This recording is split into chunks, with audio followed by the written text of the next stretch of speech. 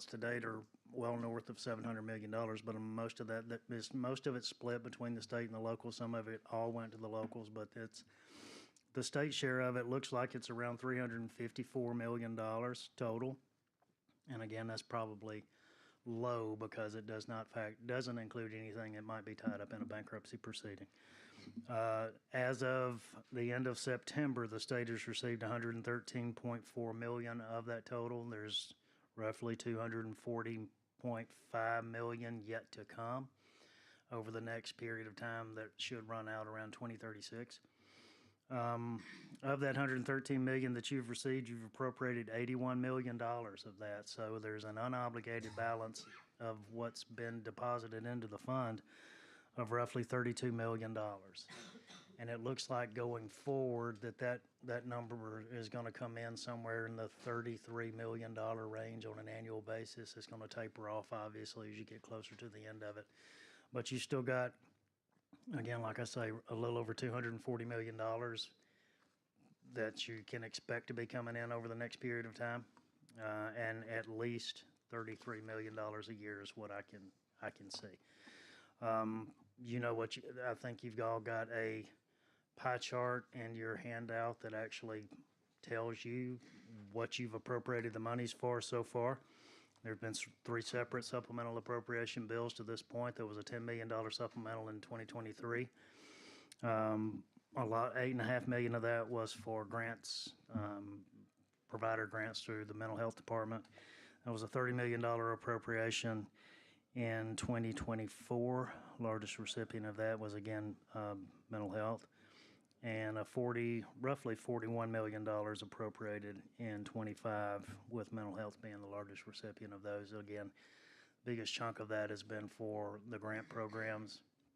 There was $5 million in the 25 amount for commitment beds. There was $5 million for a standalone opioid treatment center. But I think all of that's laid out on the pie charts that you got. So I won't belabor the point. I was just trying to give you a heads up as far as what you've gotten so far, what you can expect to get, and how much of that, what you've already gotten, has not been obligated yet. So there's $32 million that hasn't been obligated yet. If you anticipate another 30 coming in 26, roughly $60 million available possibly in 2026 to do something with. So what would be the timing? It seemed like the early payments came in December, so would we expect one December 25? Yeah, and I haven't seen this month. They may have deposited some this month. They fluctuate. There were a couple. Obviously, there's been 7 or 8 different settlements so far, and each of them have their own time frame that comes in periodically. December is one that I remember that there's definitely some that's coming in. Okay. Any question by the members? Certainly, we were hoping. I think I made the comment publicly. Certainly, we did 41 million last year, and certainly was hoping to do 40 million this year. So we'll just have to wait on that deposit. See what that looks like. Hey, you got 32 in the bank right now, so you don't have to go very far to get to 40. Right. So we'll keep monitoring that and provide everybody an update. Kirk, thank you. I appreciate that. We really like the dashboard. It really gives us a lot of information, and we've got that on the physical website, right? Yes, it's under our fiscal dashboard under the infographics and primers. I've got a couple of different people in our office that keep track of those. They do a really good job of it. I have nothing to do with it whatsoever. Okay, well, we appreciate their work, absolutely.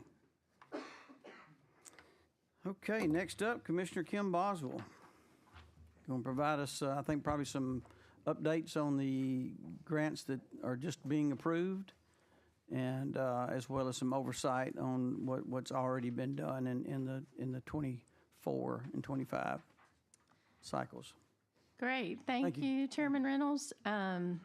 We are going to take a pretty deep dive into rounds 1 through 3 today. Chairman Reynolds asked us to kind of do a bit of a recap. So for those of you who had a big lunch, if you take a little bit of a snooze, it'll be okay, because this is a lot of information. But did want to start with some good news. All of these efforts are really designed to address a couple of different outcomes. So happy to report today that the overdose rate in Alabama has dropped by 30.88% from April of 2024 to April of 2025.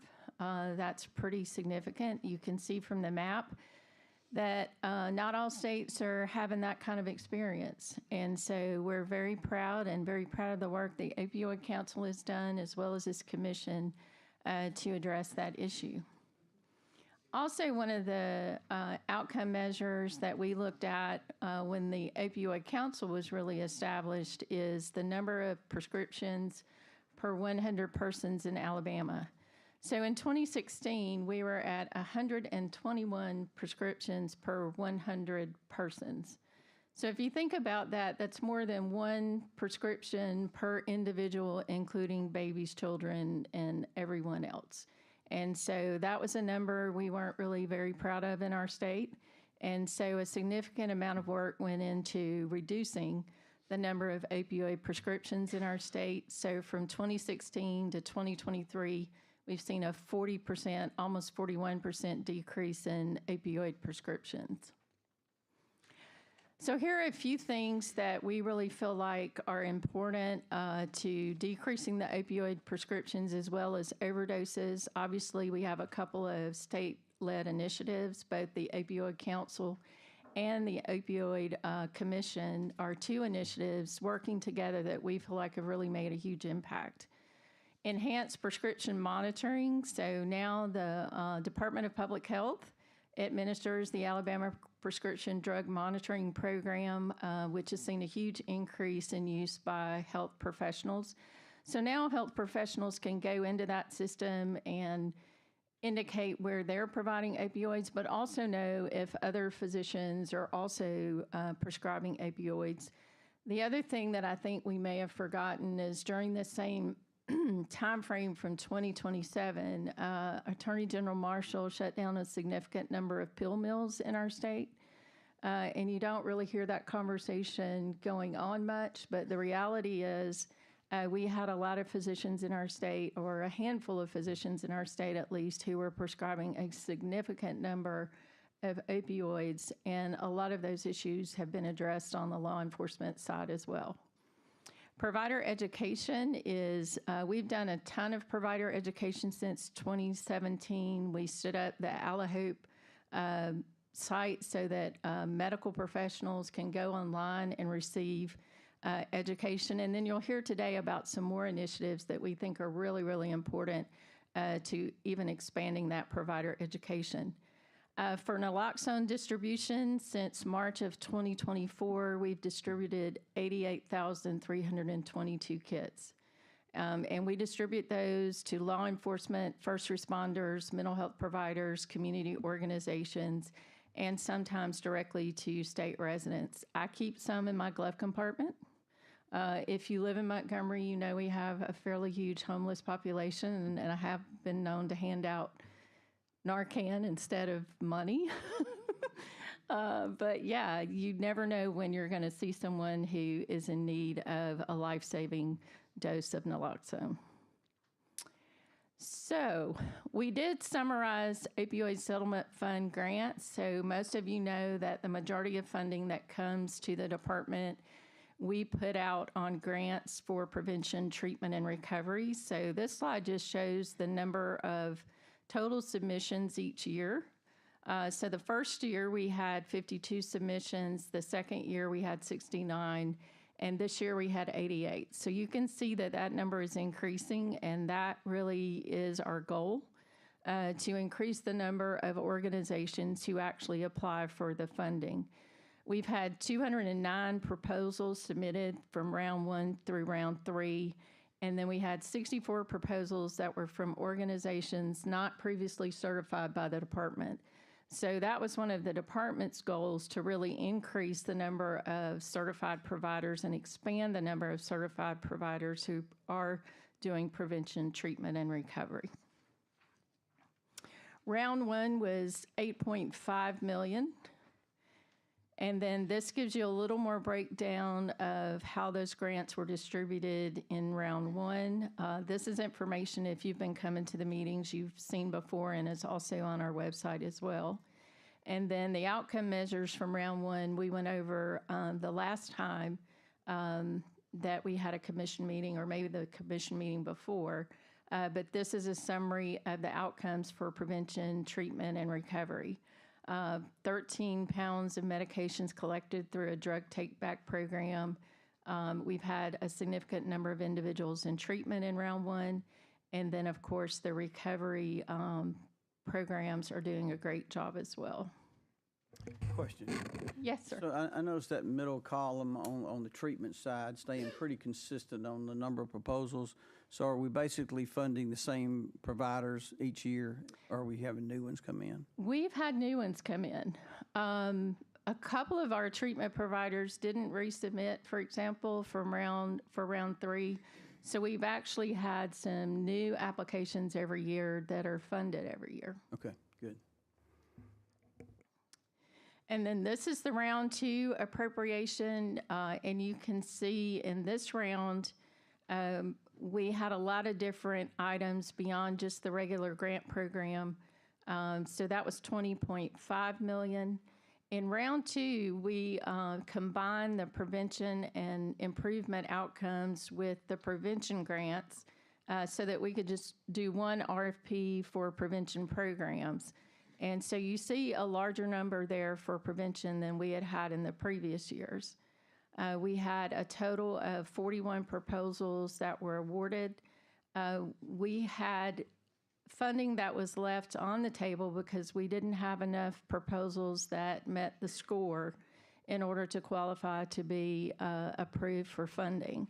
And so we did move $2.1 million. The committee voted on that, I believe, in their December 12th meeting last year, to move that funding to co-occurring civil commitment beds.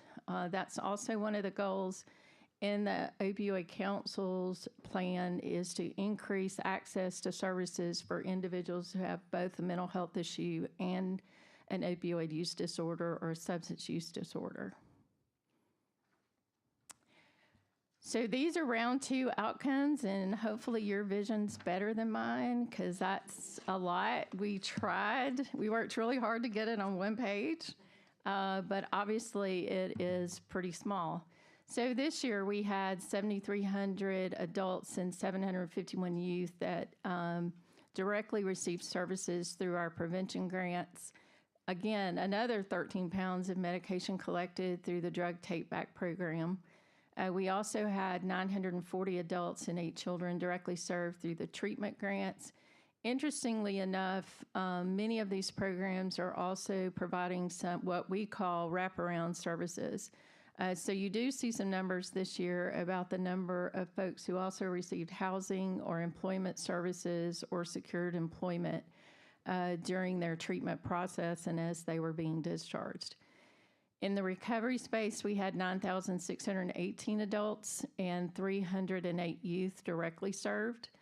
So that is, as if you go back and look at the other slides, that's a pretty significant increase over our last year's round of grants. Commissioner, if you don't mind, just because there's going to be so much data, I'll allow the commissioners to ask questions as we're on the data. So Senator Stuss, did you have a question now related to this? Yes, I did. Thank you, Mr. Chairman.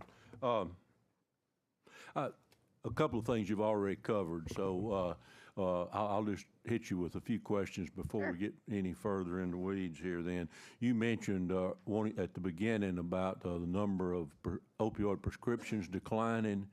Do you know where the state of Alabama ranks now nationally? I know back when we were at 120 prescriptions per 100 people, we were number one in the nation in number of, and of course the 40% decrease is great, but I just wondered, are we still high up in the national rankings? We are. We only dropped to number 2. So we still have a long way to go in addressing prescription prescribing in our state. So even that 40% drop only dropped us from being the highest to the second highest. So we still have a lot of work to do there. Yeah. Okay. hope you don't mind a couple other questions. Sure. You mentioned about the treatment of overdoses. Is there any data, and I know this would be hard to track, but how many of those are repeat overdoses? Do you have any data on that of we give them naloxone, they survive that overdose, but are we treating the same person again for overdoses? I don't think we do have that data.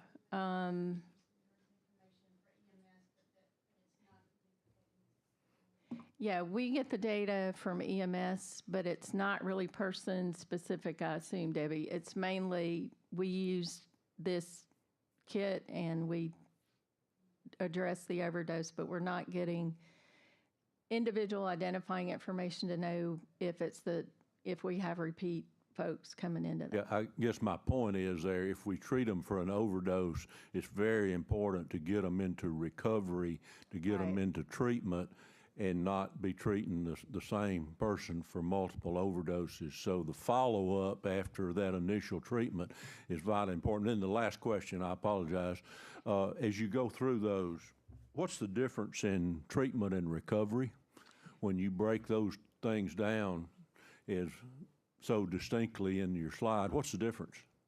So treatment is really in our statute, and the way that we think of treatment is a multitude of sort of health professionals in a treatment program where they're getting therapy, they're getting group therapy, they're being seen by a physician, they're often being seen by a psychiatrist as well.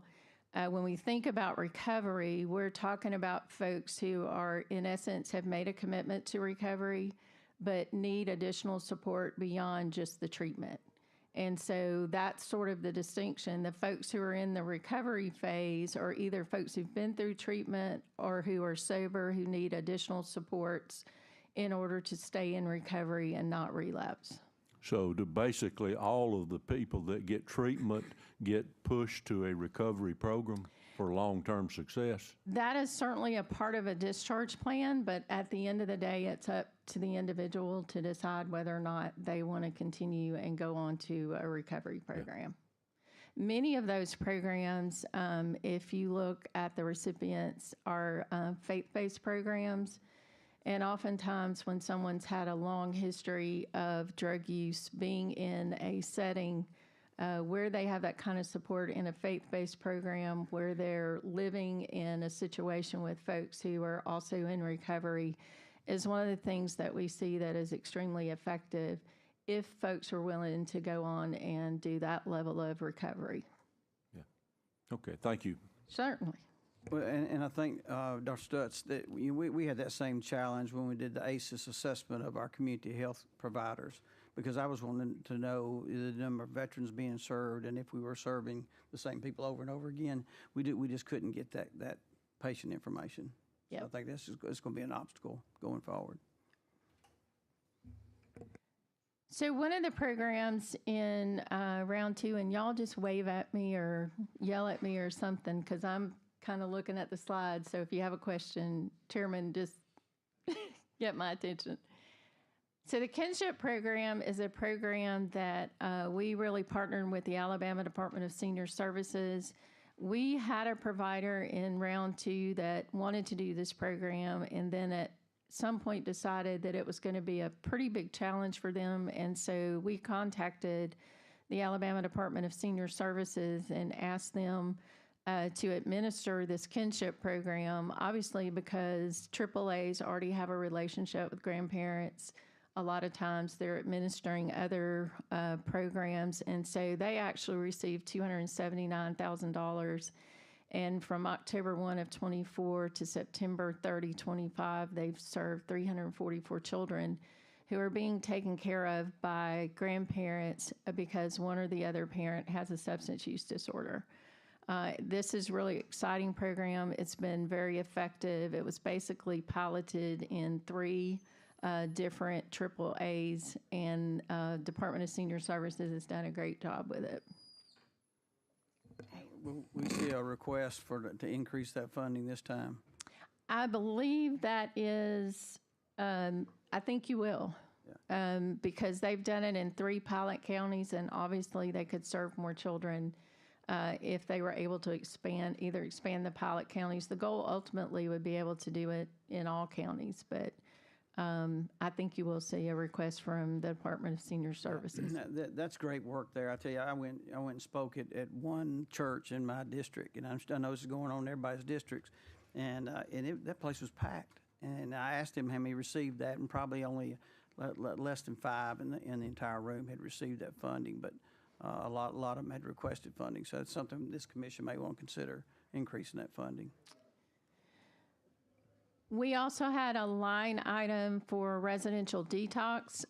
If you remember from the earlier slide, we did do an RFP for residential detox as well, and Wellstone in Huntsville was the recipient of those funds. Wellstone has opened a 16-bed residential detox program. That program opened in June 24 of 2025. So they are really just beginning to stand up that program, and we really didn't have any detox services in the northern part of the state. We sort of had detox in the middle of the state and some down south, but we really didn't have a detox program in the northern part of the state. And so this really did address a need that we as a department had identified through our substance use needs assessment. 988 Crisis Lifeline. We now have 4 call centers. Part of the appropriation for the last 2 years has been to 988. That appropriation goes to Wellstone in North Alabama, JBS in Birmingham, and then Spectre Care in the Wiregrass area and Alta Point in the south. The numbers you see are really based on call volume, is how we made those decisions about the funding for those programs. And so JBS is a really busy call center. And then Spectre Care is also a really busy call center. They had previously had a call center that wasn't necessarily operating 24/7, but they were able to expand their services pretty quickly. So they receive a large portion of the calls that we get through 988. We had a national standard that we've always been working towards, and that is a 90% in-state answer rate for 988. Why is that important? If it doesn't get answered in-state, it's going to roll to a national number, and you're not going to get local resources. You're not going to get connected to your crisis center. And so it was really important to us to get to the point to where we had a 90% in-state answer rate. And as of July this year, we finally hit 90%. And in July, August, and September, we're still at 90%. Only 15 calls went to the National Backup Center as of September 2025. So our providers have worked really, really hard to make sure that those calls are getting answered in state and not going to the national number. Yes, sir. And Commissioner, remind me, this question came up yesterday at UAH in a forum there. So for our veterans, if a veteran calls one of our 988 lines, do we then forward that to the national so that they're speaking with the veteran? They have a dial down, and meaning that when they call, they can dial 1, and then if they dial 1, that's going to go to a national number. They're going to be able to speak to not necessarily a veteran, but folks who have access to their records and can help them navigate, especially the federal VA system. Okay. And so they're talking to people who have access to their records and can help them sort of navigate, especially some of the federal VA options. We really would love, and Commissioner Newton and I haven't had this conversation yet, but we do want our veterans in the state to also have access to the local resources as well. And there's some other ways we can communicate that to our veterans, and that's something Commissioner Newton and I are going to be talking about. Great, thank you. Mr. Chairman. Just a second, Representative Moore. Yes, just out of curiosity, looking at those numbers there, is there any data on how many actually went to a hospital per se? Because I noticed the northern region and the southern region is lower. We have better access to hospitals and to healthcare as opposed to some of the wiregrass areas where we're struggling to maintain some of the hospitals. Yeah. So the funding is increased in those areas. Is there any correlation there? I don't think so. I think part of it is just the way it's set up and how calls roll. If they're not able to reach a particular call center, honestly, we don't have data that would show after that call whether or not they actually went to a hospital after that. We know what we've recommended and what we've, if we've sent them to the crisis center or, and I do believe there's some follow-up with those calls as well. For 988, once the call is over, we do contact them again to make sure that they did get to the services that were recommended. But we don't have any way of knowing who's going to a hospital necessarily. Okay, thank you. Senator Sure. Sure. Thank you, Mr. Chairman. How many, what's the total number of these calls, the percentage? Do you have any idea how many? Next slide, sorry. I got ahead of you. Thank you. So since July 2022, we've had a total of 143,000 contacts. Of the 143,000, 109,000 were actual calls, 12,000 were chats, and 22,000 were text. And again, you can see the in-state answer rate when we started was at 68%. So we've come a long way in getting to 90% in-state answer rate.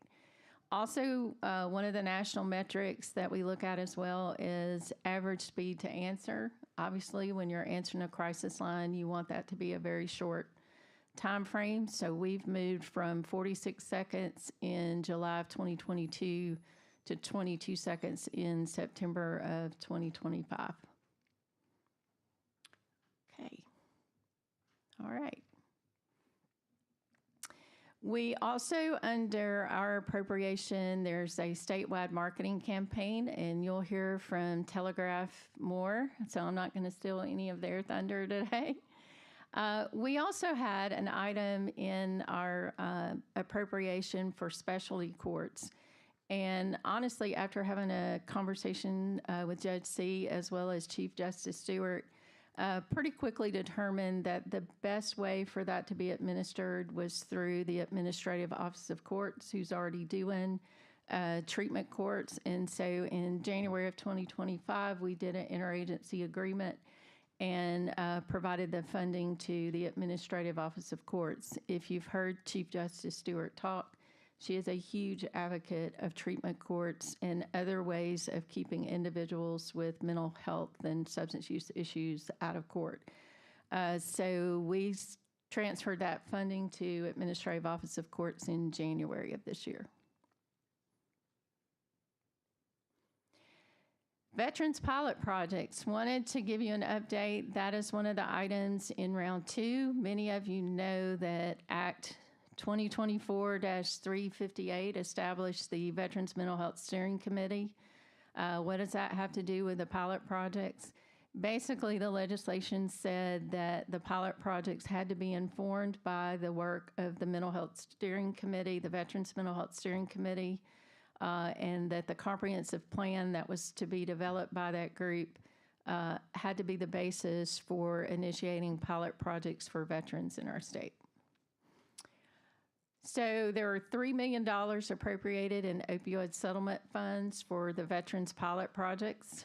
And again, we did an RFP for those projects, and those projects had to be aligned with the committee's comprehensive plan and evidence-based best practices. There was a pretty extensive selection committee. This was a little bit different for us, so we felt like there were subject matter experts that needed to be at the table. So 50% of the selection committee were veterans. We felt like that was really important, that it was important for representation from geographic, urban, race, gender, rural, economic diversity in the state. 4 of the 7 members of the committee were veterans. 2 of the 7 were veterans or spouses or adult children. 1 of the 7 oversees grants and operations of a veterans program. And of course, no one on the selection committee was employed by or on the board of any of the folks who applied for the grants. The structure of that award was we capped the awards at $750,000 each. And again, they had to be providing prevention, treatment, or recovery services. And also, the funds could not be used for capital expenses in this grant application. So this is a breakdown of who responded. We had 8 nonprofits, 1 public charity, 3 community mental health centers, 6 private organizations, and 1 university program. These are the recipients of the grant awards for the Veterans Pilot Projects. Alta Point is doing crisis care, follow-up care, and treatment linkages for veterans. Centerstone is a program out of Tennessee that works with the Wounded Warrior Program. They'll be providing 3,000 free therapy sessions in person or telehealth through their 37 licensed practitioners in Alabama. One of the things that we learned through that Veterans Mental Health Steering Committee is there's some real gaps in services in our rural communities. And so Cornerstone really had therapists placed in communities where there was a huge need and no availability of services in that area for veterans. So we were really excited to see that proposal. Sojourn Counseling is doing free EMDR, CBT, and microcurrent neurofeedback services for veterans, both in the office and a mobile van. Sojourn does go to the VFW or anywhere where veterans are located and provide this evidence-based treatment, which is very effective for veterans, particularly for some of the symptoms of PTSD. The Shoulder is a residential substance use treatment program and will be providing veteran scholarships for treatment to attend their program. You Will is a free telehealth therapy and crisis call service for veterans in the state who are age 18 to 34, and they can get up to 6 therapy sessions per veteran. A lot of times this is one of the most challenging groups to reach, that 18 to 34-year-old group. And they're usually not all that excited about accessing their federal VA benefits. And so the whole purpose of You Will is really to stand in that gap if they need crisis services, if they need therapy, with the hope that you can then get them engaged in some of the VA services as well. Wings, which is located here in Montgomery, is a veteran-to-veteran peer program for mental health services. And they've established a dedicated warm line for veterans. So different than a crisis line, a warm line is a peer-to-peer conversation, so they can call there and talk to another veteran and really get the peer support that they need from a certified peer specialist. We do have one grant that we are still negotiating the budget. We have some final work to do on that.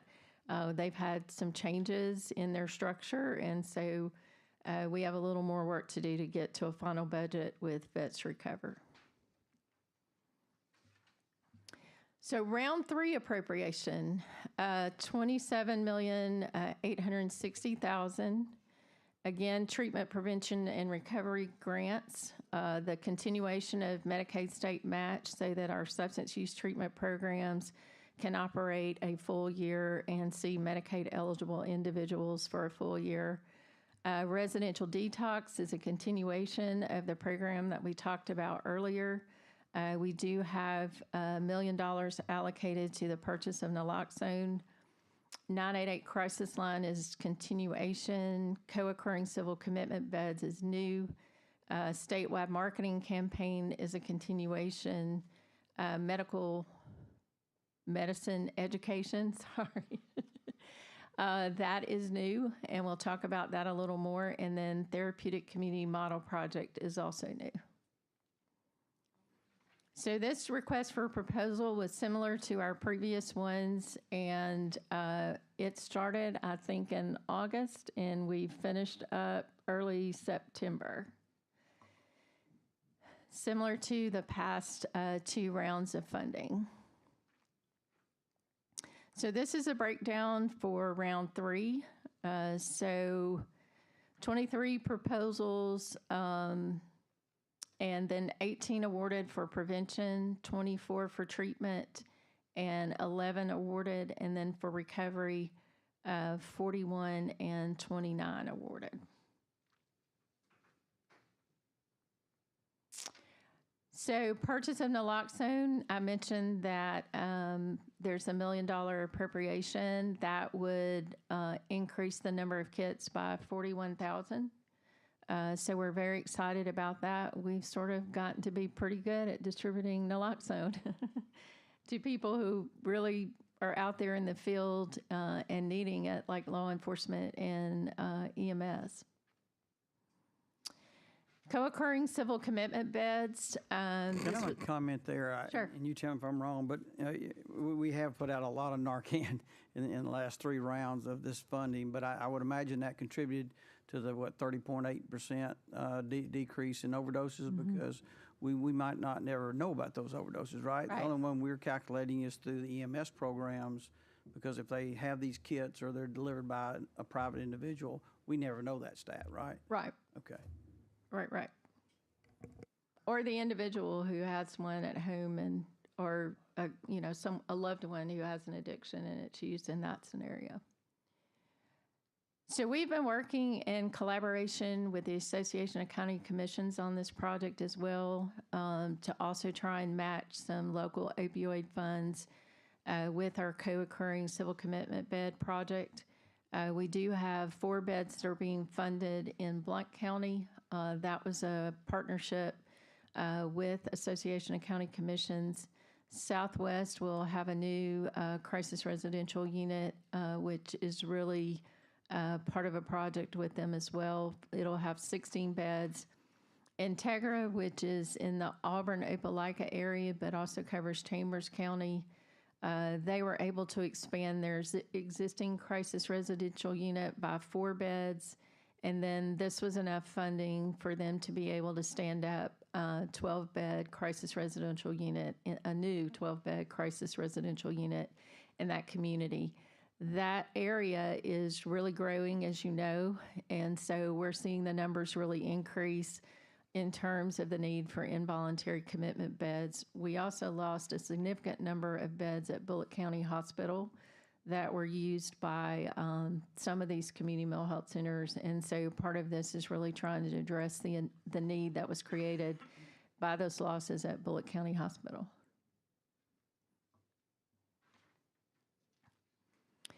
Medical Medicine Education, Alabama Society of Addiction Medicine. This is just a little bit about the scope of work that they presented, which is a really, really exciting project.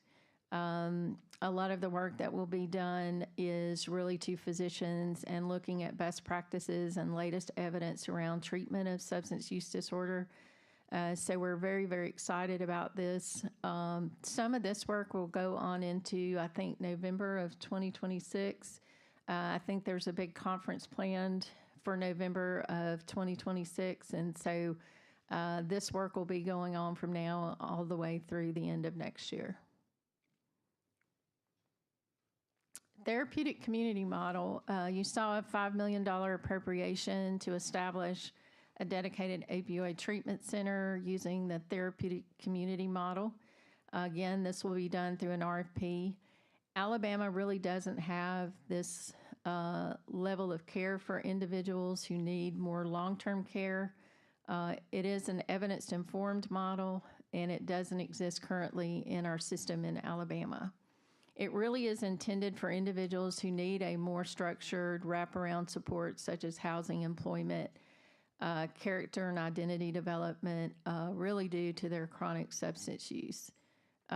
In this case, this is a one-time appropriation. The expectation is that the awardee will have a plan to self-sustain the model after the initial $5 million. We're currently working on the RFP. We think it will be published either late this year or early in 2026. All right, questions? More questions? Any questions from the members? Sorry, I have one more. Overall, since the Department of Mental Health received the bulk of this money, any idea on what percent of it was administrative cost to get the money out to all these other programs? We used existing staff, so we did not add additional. Debbie's hiding over there, who is our state opioid coordinator, does the heavy lifting on the RFP, and so we didn't increase. Obviously, we have existing administrative staff who worked on this project, but all of the money has gone to projects. We didn't increase our staff any, which has been challenging some days. We applaud you for that. Thank you. Thank you. Thank you. Senator Albritton. Thank you, Mr. Chair. A couple of three things I have. Couple of three. First off is on your last page, 27 there, you've got the therapeutic community model. That's the first time that we were talking about long-term care. I applaud you for that. That is a major, major need. We've got to find another way to reach and to delve into that model further. Second, Senator Stubbs asked a previous question. I'm going to take off on that one, and that is recidivism. Is that the proper term in this? Okay. How many folks are we treating and retreating and retreating? If we're not keeping track of that, I think that would be an important data point that we need to find out, because if they continue to be have continual care, then we need to look at a different model or a different treatment methodology. It might give us some guidance there. So I would encourage us to find some other means to do that. The second or third, whichever number I'm on, at a previous slide you had shown where there were several individuals, I say hundreds of individuals, that had been worked to find jobs, get on their own, get themselves back on their feet. Mm-hmm.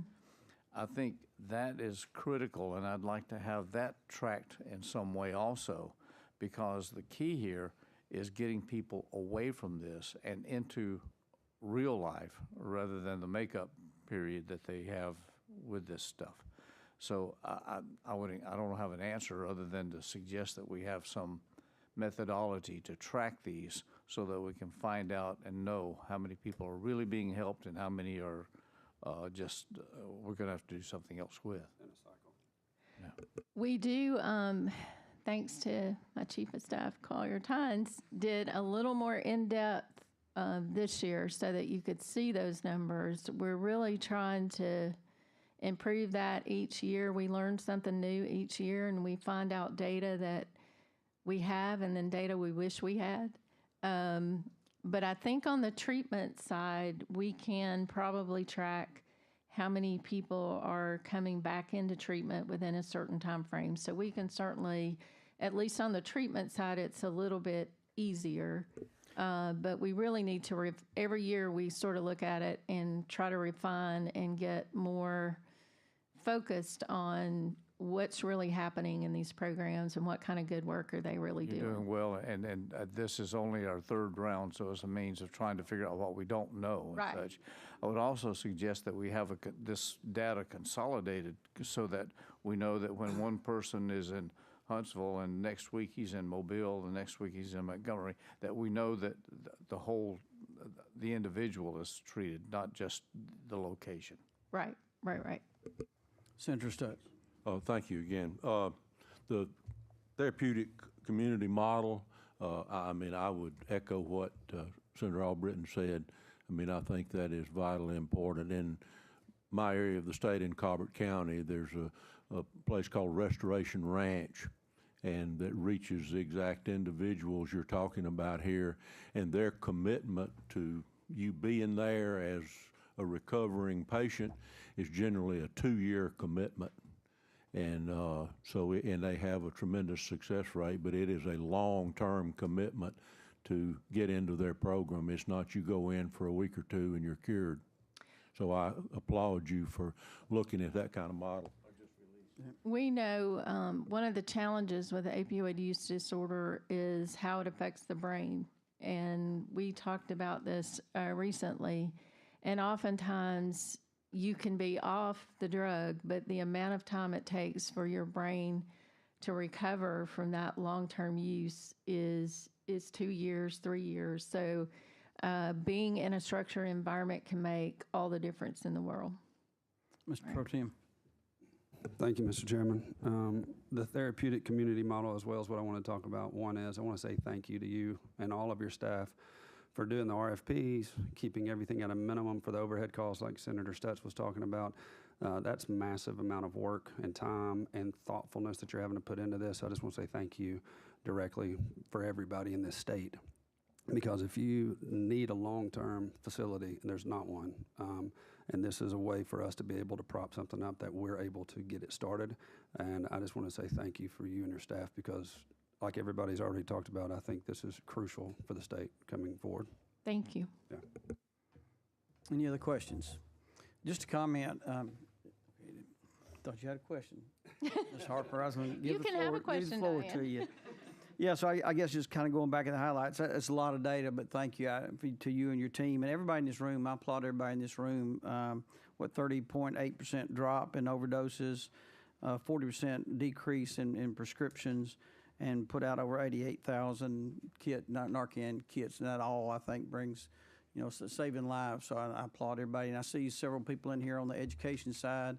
Certainly, and of course, I'm just one vote here, but certainly I think this commission needs to look at even expanding the education piece and prevention more. I think that will have a huge impact. Great. Thank you to you and your team. Appreciate that. Thank It's a you. lot of information, a lot of oversight. And I don't know what members we've got on. I think we've got Francis Hope Jones on the Zoom. So thank you as well. Anybody else out there? Just appreciate the work. Okay, next up will be Brian Conley with Telegraph Marketing. Tell us how we're reaching all these folks. That's right. That's right. I appreciate the time to get together. First, I wanted to introduce Zach Miskell, who's one of the partners with Telegraph and a Chief Client Officer. I'm Chief Strategy Officer. I've seen a lot of faces in the room that I know, and we're very excited to show some work today. I've talked with a few of you all, and I'll start by saying that piggybacking off of some of the conversations we've had, you'll see in some of the work, we have taken a very concerted effort in making sure that we're focused on testimonials coming from real people that have gone through this. And it's been, humbling and exciting to see how passionate they are about furthering the communication about recovery and that hope is real. And we're just excited to be able to share this. So we'll jump in. And first, I want to show this quick video that just highlights a little bit of the success of the movement so far.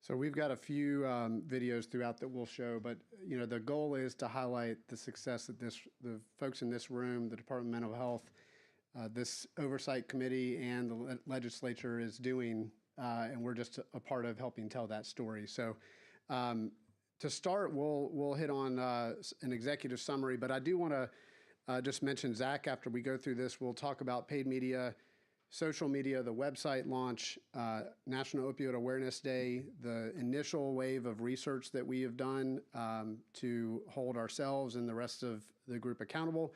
press kit and next steps as we continue the momentum.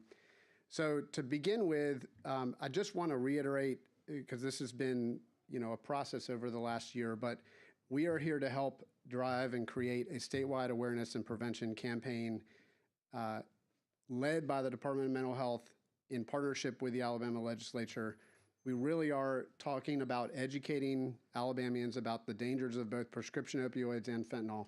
We know that the fentanyl crisis has elevated. We've talked about prescription opioids, and we've done a lot of great work to reduce that over the course of many years.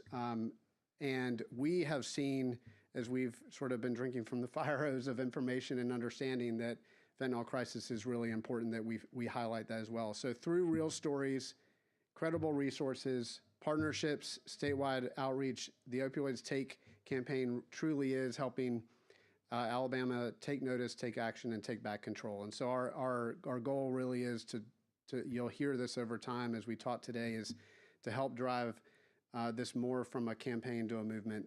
It really has started to move in that direction. First, we did an initial geo-targeted blitz during the legislative session, so roughly March to April, May, bringing awareness to key stakeholders, key decision makers throughout the state, but also here in Montgomery as we were launching the campaign. So this was, initial early work, but to drive awareness.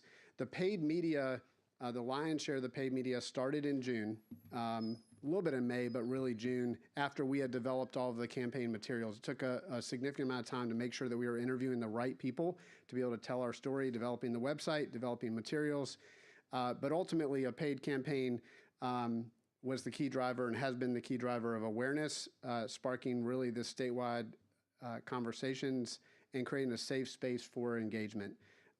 Since the official launch, we've delivered over 15 million impressions across what we call an omni-channel approach across all media. You'll hear a little more about that in a little bit, but outdoor boards, APT, Hulu TV, YouTube TV, Google TV, as well as social platforms and Google search. Again, you'll hear more about that here in a second.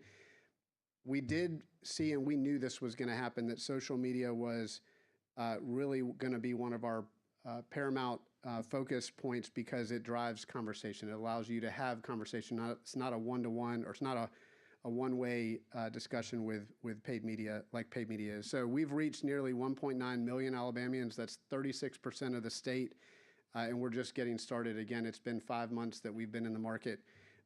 Through these testimonial videos, social media, and display ads featuring real survivors. And again, as I said, the stories are tremendous to watch. And so with that, I'll move over the website. We launched the website. We've seen strong engagement, over 120,000 site views to date. Again, just a point in time check-in. There, it's continuing to move. You'll hear a little more from Zach in a second about that. National Opioid Awareness Day was September 21st.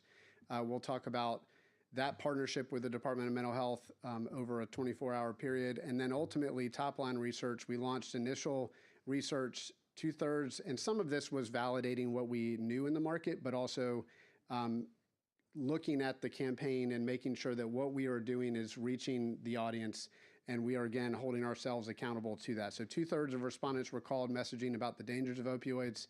27%, or 1 in 4, specifically recognize Opioids Take, the campaign that we're talking about today, most often through social media and online platforms, and over half of Alabamians know someone prescribed opioids.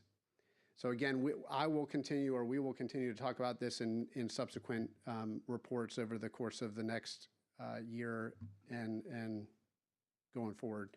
I'm going to turn it over to Zach to hit on some of the tactical elements, and then I'll be back in a second. Thanks, Brian. Nice to meet everybody. Nice to be in front of everybody today. Speaking more to what Brian was saying, Brian hit on the executive summary pieces of all of this.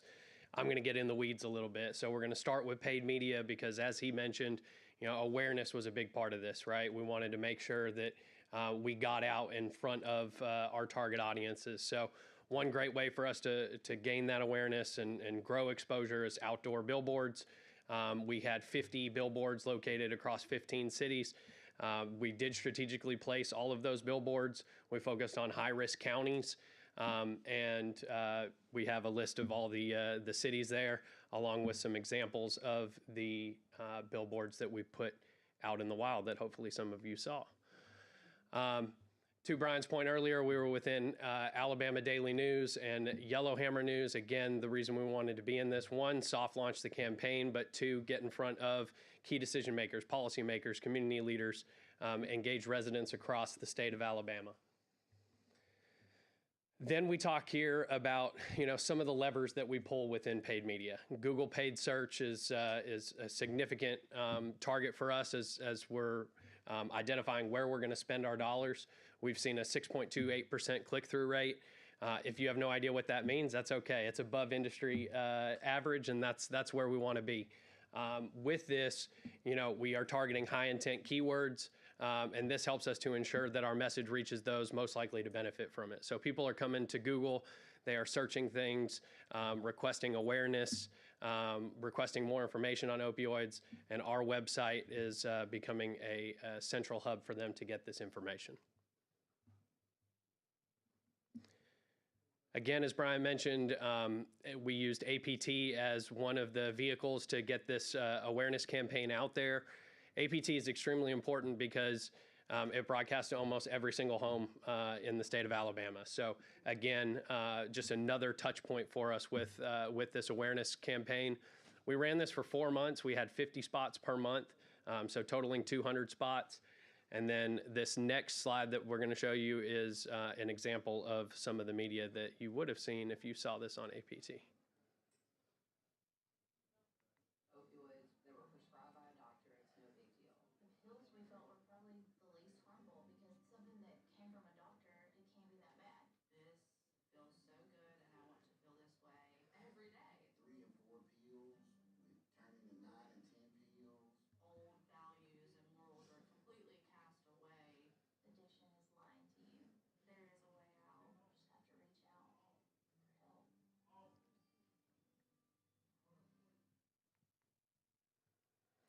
We also continue to run this, as Brian mentioned, on Hulu and on ESPN networks. We did identify one of our at-risk, high-risk populations was athletes. We know athletes go to ESPN and their affiliates for a lot of their information, so we felt this was a key demographic for us to get in front of.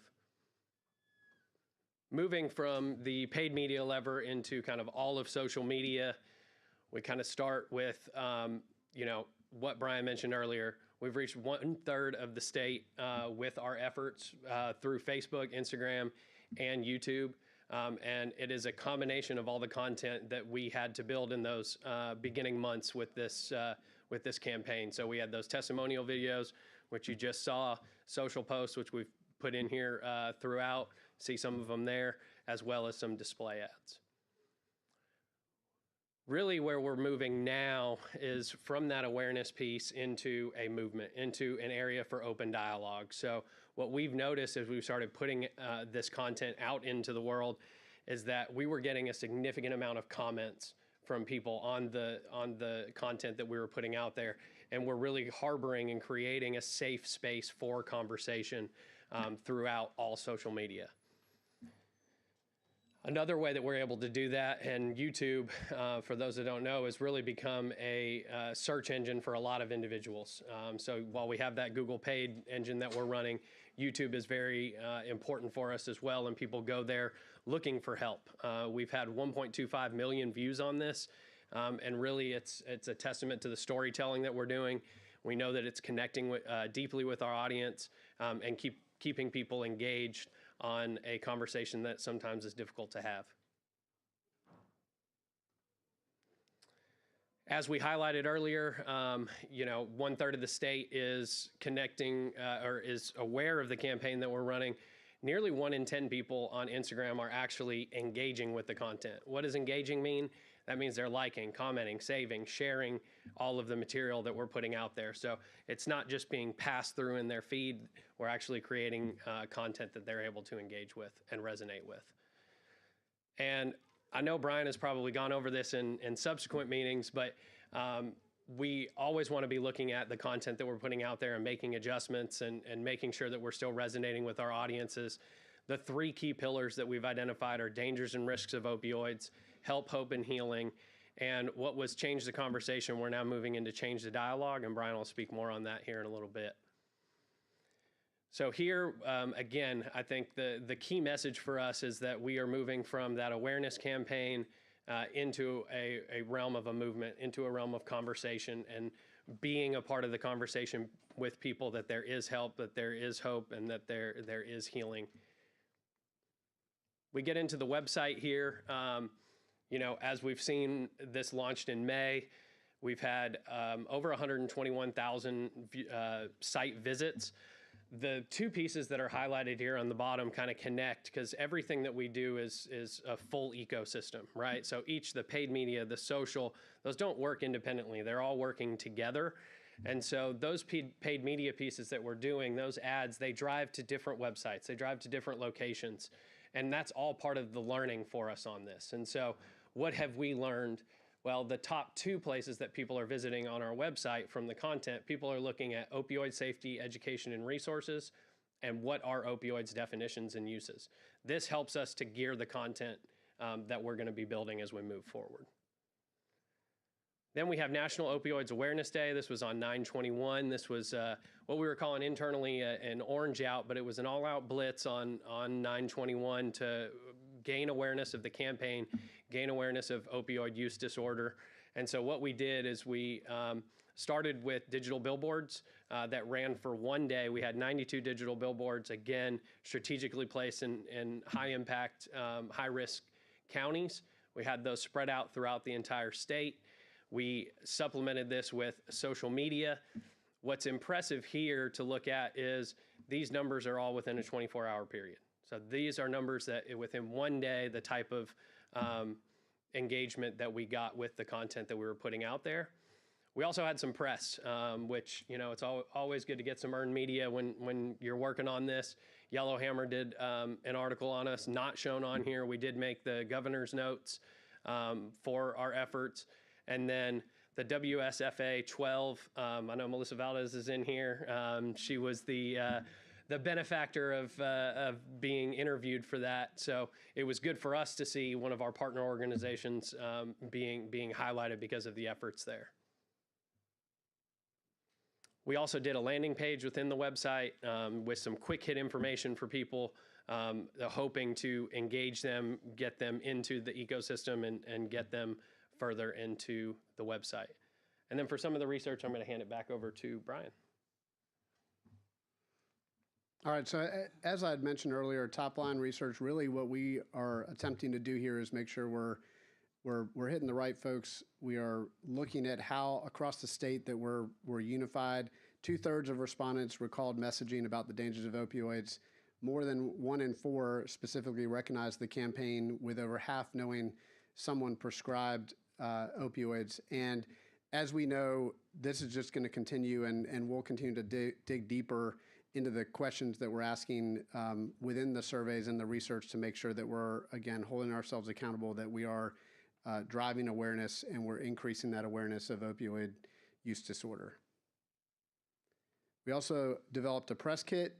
As we start to work more with partner organizations, we felt it was really important for us to have this press kit to be able to provide the tools, the language, the creative assets that are needed to extend the campaign with even some of the partner organizations here in the room. And so our goal in this second year, we started a little bit in the first year. A lot of it was about creating the content and starting to get the word out from an awareness perspective. And we really do believe it's important for us to engage with partner organizations long term so that we can continue to cross promote each other and make sure that ultimately we're driving broad awareness and amplifying the market, the momentum. And then moving forward, as we said, this is not a campaign. It really is a movement. It's going to take time. But our goal is really to maintain that momentum by continuing to increase that statewide awareness, building on the foundation that we've developed through new initiatives like Open Dialogue, as we're calling it. Again, an initiative, an element designed to spark honest conversations and continue the work that we have already started, along with partner organizations. Also, we're from this perspective, our goal is to partner, and we're looking forward to partnering with Scott Cochran. Many of you all may know him. He is the president of the American Addiction Recovery Association. Also, from here in Alabama, he is the head football coach at the University of West Alabama. Has had opioid use disorder and is a survivor of that, and so is very passionate about speaking about this this cause. And so we're excited to be able to leverage that long term, and would be glad to talk to anyone about his background and his history in the future. But we're looking forward to it. A lot of things are also not on this slide as we go. We will continue to report out with new initiatives. One thing that's really important about what we do from a marketing perspective is that this is about testing and learning. We don't have the exact answers always. We want to see what is resonating and then amplify that over time. And so it really is a scaling mechanism. And I was saying to a few others before we got started that I was pleasantly surprised at the numbers when we started developing this. I really thought that they were going to be a little bit lower, and we would need to drive momentum. And it's exciting to see that we are really resonating. There's an audience out there that wants to hear about this and is very passionate about sharing their stories. We just happen to be the mechanism to do that. And I'll leave you with the last piece. This is a video element in vertical format here on the right that is for social purposes, but I think we talked about this. We interviewed survivors, and I think it's like 35 plus pieces of content. And so this is the third wave that we have put out in the market that will be coming out, called Letters to You. And it really, the idea was, it was sparked while we were there on set talking to these survivors in their own areas. And we said, we'd like for you to write a letter to yourself if you could talk to you when you were back dealing with this at the origin. And it's really powerful content. And our goal is, we have short form and long form content. And so it's creating an ecosystem that allows our audiences to engage in whatever part of the journey they're on. And so I'll let you listen to this, and then we're willing to answer any questions. Dear you, I know you're feeling hopeless, like there's no way out. I too once thought, I'm not like all these other people, those addicts. You are too smart for addiction. You're too special. You're too loved. It's time for a change. This isn't for you. If you're struggling and searching for a way out, there is hope. There are people who will help you find your way. So short, digestible content, and our goal really is to continue to talk about hope and recovery, and that recovery is real and possible. Very good work. I do have one question from Representative Hope Jones. She wants to know, is there any direct messaging tied to the 988?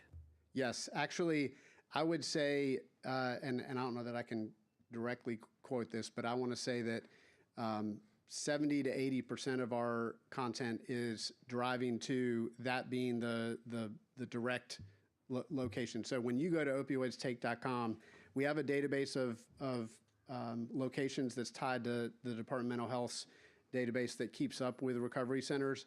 But right there, front and center, is 988. If you're going to the website on mobile, we have a quick link button that allows you to directly contact 988 and get in touch with someone. So our goal is always to be putting someone in contact with a live person to help long term.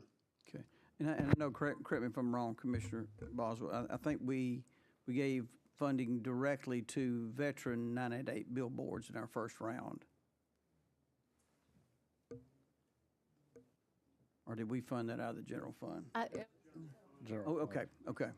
And they were specific to 988, but specific for veterans. And commissioners, really, and if you see anything at all, if you see an area that maybe that our marketing is not touching, that you think about, throughout our state, communicate with these guys, let them know. They're saying, hey, we're responding to what people are responding to, but if you've got an idea, let's talk about it. And I'll make one other quick comment about that, just audience-wise. There is broad awareness, but we have contextual and behavioral targeting that is going on with especially with our digital elements. And veterans is a key audience. We highlighted athletes, but veterans is a key audience of who we're reaching. And ultimately, we have about, I think I spoke to this in one of our previous meetings, 7 different audiences. We can't reach everyone all at once. First responders will be a part of it down the road, but we have other partner organizations that are already doing great work there. And so we want to make sure that ultimately we're combining our efforts the best way possible to reach, those in need. Very good, Mr. Pro Tem. Thank you, Mr. Chairman. First of all, great job. It looks good. I think that's very, it's shown today why we need to continue to have this going on an ongoing way that you're doing it. And then you're talking about creating awareness, right? And the authenticity of the storytelling is crucial, and it creates a conversation. After the people, the ones that you had on the screen, the ladies and gentlemen that were on there, they've gone through this. They're aware. They understand what their story is, and they're trying to tell their story to get to other people. The people that are coming onto the website or the social media platforms that you have, is there analytics or anything that if they wanted more information that they can go on there to get a follow-up, whether it's writing themselves, or just like you said, the letter to yourself or something like that? Is there a way we can get data points from that back to give us a little bit more information on that from the social media besides just the likes and the shares and the follows? And you might have that. I don't know. I'm just asking. Yeah, we do have some. One thing that we actually took out of this report, and I can't remember the exact number, but one of the things with comments, again, we had 13,000 plus engagements, but we had so many comments, and when you read in that, you can tell who the person is. Are they a parent? Are they a caregiver? Are they someone in need right there? And so we are engaging, from that perspective. And on the website, we're also able to retarget those that have come with more information. So we aren't asking directly and creating a form that they can fill out, because our goal is get them to 988, right? But we can tell what audiences are coming to the site, and then we're able to retarget to them. And we should be able to report out on who our audiences are and how much of our audiences are we reaching. Again, we have data on the back end geographically to tell where people are coming. This is the big brother part, right? We can track everyone, and we can track where you are and who you came from and what mobile phone you came from. And we even, part of our next campaign and efforts is tied to IP addresses. And if you're watching ESPN, we can serve up an ad on our mobile phone right there while you're watching that, because we know which IP address you're coming from. So but audiences are critical, and it's really important for us to make sure we're reaching those and we're communicating that. Did that answer? It did. I think you're just retargeting as we go forward anyway, but retargeting and reanalyzing that. Yep. Pretty much on a consistent basis, and you're checking the comments. I assume your staff is anyway, checking the comments and figuring out where those particular areas are. Yep. I just want to make sure that we're targeting them, because that obviously changes over time, whether you're ESPN or watching a cops movie. Who knows? And the reality is, the journey never ends, right? We always have people coming in at different points in the journey, and so our goal again is wherever you are, to make you aware, create those touch points that then hopefully get you help. And whether you're a caregiver and you have someone in the household, or you yourself need help, we want to help with that. Very good. If there's not any more questions, we'll move on. Thank you. Very detailed report. Appreciate that. Yep. Corrections spending update. Quick report on from Deputy Cook. Deborah Cook. There she is. Hey. Mr. Chairman, Commission, thank you so much for allowing me to come before you today. Really appreciate allocation of the funds, not only for us to begin and expand an MOUD program, but also we've impacted lives. And so I want to start with some quotes. Excuse me. The first quote, I got my family back after 22 years of addiction. These are directly from our residents. Another quote, I have been addicted to fentanyl since I was 15. This is the first time I'm not living for my addiction. I go home next month and I can't wait to be with my family. I'm free. This kind of impact that we're making. I overdosed 6 times. I'm alive because of this program. This program saved my life. So this is something we hear over and over. Many of my team are in the facilities talking to these individuals that are on the MOUD program. So we have a story to tell, right? So a story of hope and promise for a brighter future to our inmate population. All incarcerated Alabamians entering ADOC are screened for their history of substance use and recommended for appropriate drug treatment and interventions. Any incarcerated any incarcerated Alabamian, that's hard to say, entering ADOC on MAT or MOUD is continued on that medication. And we're seeing that more and more, which tells us that the jails are also looking at MOUD and MAT. So that takes us to a different level, and we're going to see that grow over time. ADOC started the MOUD program 2024. Thank you. We appreciate it. And it continues to grow. We started slow, and I like to say we crawl, walk, run. We didn't want to run into this because if we ran in too fast, we would have unintended consequences. So what we wanted to do was crawl, right? Understand what the needs of our population are, but more important, how can they be successful? Because we had people with stigma, right? So people stigmatized individuals that had addiction issues. And so what we had to do was train. We had to train all of our correctional officers, we had to train our support staff, and we had to train our own substance use treatment staff. So, there's a lot of training that had to go in before we really could hit the ground running. We had two individuals that are champions for us. One is Warden Smith at Donaldson, and the other was Captain Sanders. Both of them are on the training committee. And so they went to all the facilities and did training with other correctional officers. So other correctional officers could see somebody who comes from their world telling them how effective this could be. We have treated over 500 individuals with MAT in the prison system. There are 256 currently on MAT. The number of individuals coming into ADOC, as I said earlier, on MOUD are increasing. So that in itself is going to increase our numbers. Individuals are prioritized based on their needs of either continuation of medicine or request from individuals. So they may request to be in the MOUD program. They have to agree and accept the treatment. Not everyone that's a good candidate for MAT is ready to accept MAT. And so we try to meet them where they are. And sometimes where they are today may be different than tomorrow. We never close that door. We're always available for individuals to come back to us and say, I'm ready now. ADOC, in partnership with YesCare, participated in the SAMHSA Policy Academy. And in doing so, we were able to develop policies and procedures and fine-tune our program, right? So as we grew the program, we had an outside entity coming in and helping us be successful, looking at what we were doing, and helping us to develop policy and strategies moving forward.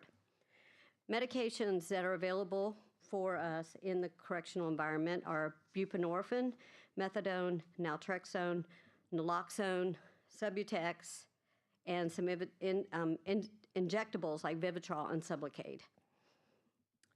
Currently, their individuals are encouraged to complete pre-treatment and organized treatments like the substance abuse program or the RSAT program, which is residential substance abuse treatment program. And then we have a therapeutic community as well.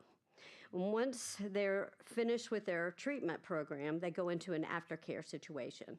So individuals that are on MOUD are going through, we're prioritizing and encouraging them to go through a treatment and supporting program as they get into their MOUD program. Our plans going forward, and this by the end of this year, we will have work release individuals that are on MOUD. And then the next plan is to go to general population.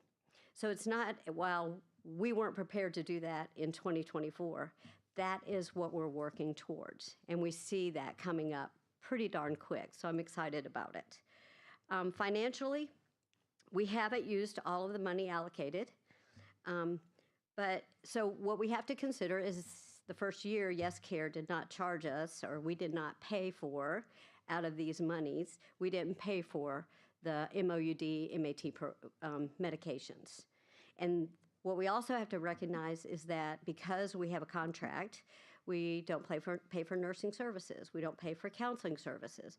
We that is part of a different program. So we're not using these monies basically for anything except MAT, MOUD, and then we have a coordinator that oversees the program. So really going forward, we're going to see a big swing moving up to the number of individuals we'll be treating. Because once we go into general populations and work releases, we're going to see that extend. I'm going to end with a couple more quotes. I've been substance free for 321 days. I can think clearly now. I may never get out of prison, but I can help those who may get out to live a life of meaning and purpose without substances. And I'd like to take some questions, if you guys have any. Any questions? I do. Thank you, Mr. Chairman. What percent of the inmates in the Department of Corrections do you think have a substance abuse disorder? You know, we can look at what the national rates are around 60% is what we hear nationally. I am not sure that I can give you an answer for Alabama. I can research that and get back with you for sure. But I'm curious did you say there were 500 that were currently in the MAT program? No, sir. I said we have served 500. We have 200 and I believe I said 256 that are currently being treated. 250. Right. And, so and individuals so how many inmates are in the system total? 21, just over 21,000. And if we'll say less than the national average, half of them have a problem. A form of substance. And only 250 are in a treatment program? That just seemed, as you were spouting off those numbers, that just seemed like an awful low number of people that were getting treatment. Yes, sir. When we say probably 10,000 people in the system have a substance abuse disorder, and we're only treating 250 of them? Well, okay. So I was trying to follow up on those numbers. Okay. And Senator, that's one of the issues we need to look at, because back in the day when I was more in the law enforcement part, judges were sentencing individuals that had drug crimes to split sentences and ordering substance abuse programs. Well, we don't have as much as that, and this is all voluntary. So we got to come up with a way to drive more inmates to those programs, because like educational opportunities we have, they're all voluntary. We can't force the inmates to take educational classes. I can't get up to the thing. Look at y'all. So, but if we look at the demand for drugs in the prison system, if we say you're not going to get your drugs in prison, you're either going to get in treatment or you're going to go through withdrawal. That's your two choices. If I may, sir. You know, it seems like a lot more of them would volunteer. If I may, sir, these are the individuals that are on medication for assisted treatment. That's not all the individuals that are in substance use treatment. There are thousands in substance use treatment. That's that's a bigger number, a much bigger number. So, so the people that are on MAT is the smaller group, and that's because we have had to start smaller, right? Because it is a different form of therapy than our population or our custody population is accustomed to seeing people being given medications for So what is you lost me there. What is the other treatment if they're not getting medically assisted treatment? The other thousands that are getting treated, what are they? How are they being treated? They're being treated through programming, through addiction programming, group programming, living in a community, living in a dormitory that is separate from the rest of the population, and learning how to live within their addiction. And that may be outside opioid use, right? Yes, sir. Okay, thank you.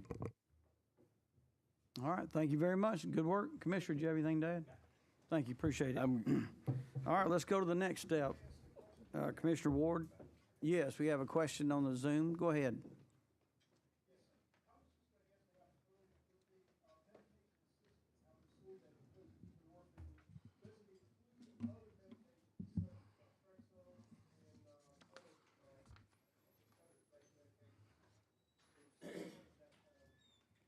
I think it does, but I'll let the deputy respond. Did you hear what he's asking about? What different types of medicines are used in the MAT program? Oh, yes, sir. And I mentioned this earlier, but some of the medications that we're using, buprenorphine, methadone, which if an individual comes in on methadone, we will continue it. If an individual is pregnant, that's a condition in which or a situation in which we allow them to continue on the medication or methadone.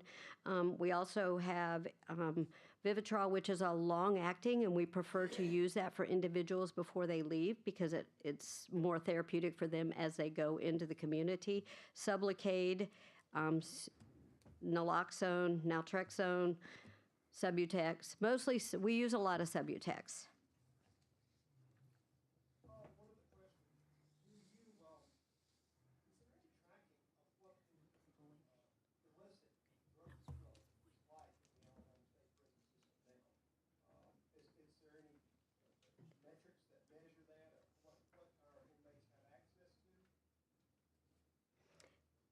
Okay. Yeah, he's talking about contraband coming into the prison. We have a lot. I mean, that's no secret about contraband coming into the facility. That's the reason earlier I gave out a statistic. We've arrested 111 of our staff and about 327 free world people trying to introduce narcotics into the system. It comes in through legal mail and it comes in through normal mail. So we have a lot of resources. That's all we do. It's it's a prison system, but we're more like a large narcotics unit, state police that we're trying to eradicate the stuff. And one of the biggest issues is the money involved, just like street narcotics. All right, Director Ward, next phase. Thank We're out you. on the street. Yeah, thank you, Mr. Chairman. Just to kind of piggyback, really and truly, we have not the same, but a similar role Department of Corrections has. We take in people, our job is to reduce recidivism. You've already committed a crime when you come to me. That means what do we do to make sure you don't recommit, do something again? Now, a couple quick stats, and this is how we based our request for funding the last two times. First of all, and this goes, Senator Stutz asked about this question briefly. We use the U.S. Bureau of Justice. We use their statistics. It's accumulated from all around the country. It compares ourselves to other states. Roughly 67% of our probation and parolees that we supervise 44,500 people. Roughly 67% have had some sort of addiction when they get to us. Now, one thing to understand is that of our population, and a lot of people don't realize, 81% of our supervision population is actually probation. That total 44,500, only 8% of that are parolees.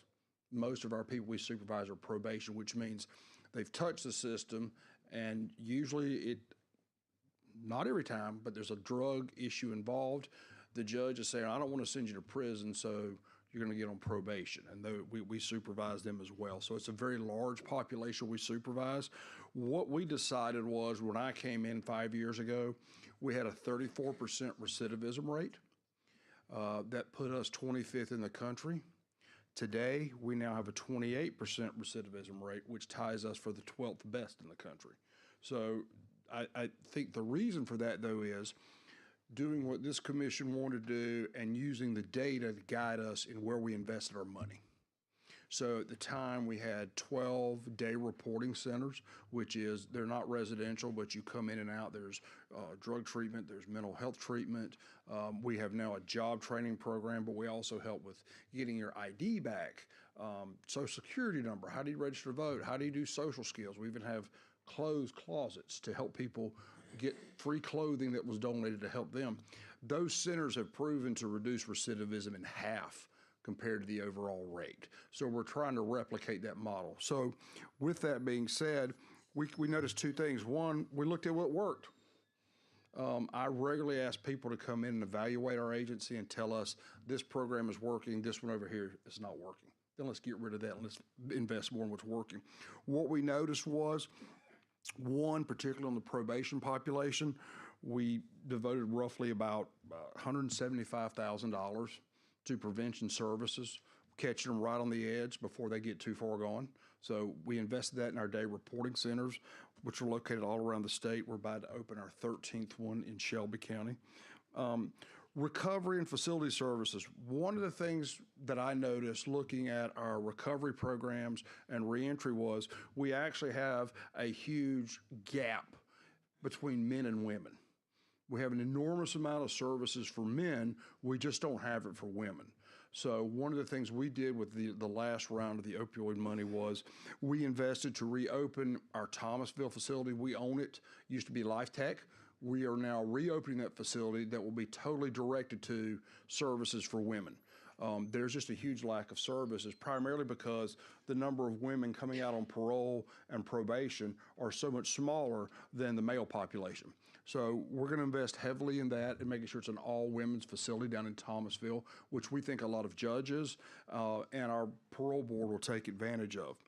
Also, and I have found this to be a pet peeve of mine since way back when I served with some of you in the Senate, and that is we did the bid process. We've got a program now for a unified reporting system so that we have partner agencies. And by the way, Mr. Chairman, I have to say, the number of department heads up here that we've all collaborated and talked about how we can share more information, sharing that information is crucial. Because I remember a day I came in the office on a Saturday, someone had violated the terms of their parole. I had to come in, I had to look through 6 different databases to figure out exactly what I was looking at. And the officers, our officers on the front line, when they go in and evaluate you, one of the things they ask about is, I don't know the full picture. So if we had a more full picture where this database allows Department of Mental Health to enter what information they can legally, Veterans Affairs, DOC, everybody can enter what they can without changing their own systems. What it does is it helps us all develop a bigger picture of what treatment does this person need. Not what makes us feel good, but this is what they need so we can do a more individual care program. So that system's been up and going, and it's working. So far, so good. Like any database, I'm in over my head. I'd have IT come talk about it. But what I've seen in the user and the friendliness that our officers can use it at really helps a lot. And then also, let me say this. One of the things we realized on opioid treatment in our day reporting centers, one of the problems we noticed was we had a lot of people who didn't have transportation. They wanted drug treatment. They were asking for it, but they couldn't get there. So what we did was in the last round, we got $120,000, and you can see we invested it where we transported 181 people in Walker County to drug treatment programs, 322 in Etowah County, 627 in Calhoun, 124 in DeKalb. Why those counties, why those particular areas? At the end of the day, you have to take the data you get in of where the problem is, focus the money strictly on that problem, and dive in. It'd be too easy to try to spread it around the entire 44,500 people we supervise. You'd waste your money. So we really targeted those geographical areas where we saw a large amount of substance abuse on our probation and parolees. And I will tell you this, as I've seen them go through the program, particularly at our one residential, the Prep Center in Perry County, we're just under 450 people have graduated. 5-year program, okay? 450 people. It's an intensive program. You get paroled or probation there, it's pretty intensive. You live there and you go through drug, mental health treatment. But of those roughly 450 people, we still haven't had a single person commit a crime when they got out. So it's working, but it's the investments, but also, Mr. Chairman, not just the investments, but targeting the investments in a way that's smart. And the data shows us, here's the problem, target the investments that way. So in the future, any request we have will actually also deal with doing the same thing, going right back into these drug treatment programs, these day reporting centers, and making sure we put more people through the program. So that being said, Mr. Chairman, I'll open it up to any questions. Very good. Any questions from the commission? Thank you, Mr. Chairman. I think it was probably even back when you were still in the Senate, we passed a bill about, you mentioned transportation and stuff for people. We passed a bill about if someone had a valid driver's license when they went to prison, that they were reissued a temporary driver's license when they were released from prison. Is that happening now? Would that impact the transportation issue for these people that are out on probation if they had that? I mean, I know it's vitally important for them to be able to get a job when they get out, but is that program working? Is it being done? Aaliyah is working on that now, and they've been a great collaborator with coming to our day reporting centers. Well, that's where our heaviest investment is with regard to reentry, but they're coming there now. It's not completely worked out, no, but at the same time, they are working hard to get there so you have a valid driver's license. And Aaliyah's been working at different places. They're getting there, but in fairness, It's only been 5 years. I know. I'm not there going to speak for Secretary Taylor, but I will say I know they're trying really hard to make it work, and I know between us, Department of Corrections, we're working hard to make sure we make it as easy as possible for them to get to our clients. All right, thank you. Very good. Any other questions? Thank you, Thank you, Mr. Director. Chairman. Thank you, members of the commission. Keep up the good work. Thank you. Okay, next, Auburn University. Hear about K through 12 and some of the other pharmacy training we're doing. Welcome. Hello. Hello, everyone. It's good to see you again this year. We are excited to have the opportunity to present all of the effort that we have put in these last couple of years. I am Haley Philippi. I'm faculty with the Auburn University Harrison College of Pharmacy and one of the founding members of the Center for Opioid Research, Education, and Outreach, also known as COACH. Get our slides going. There we go. So the first thing that in just a moment, we are excited to describe for you guys. Let's see if it'll go now.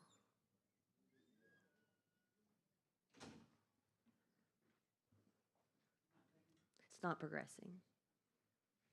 Make sure it didn't get turned off.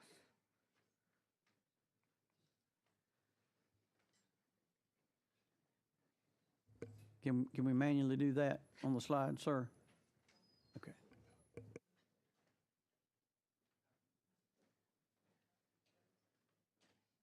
This is like being in the classroom sometimes. I looked. Yes, it's still on. I checked, yeah, yes. Could the batteries be dead maybe?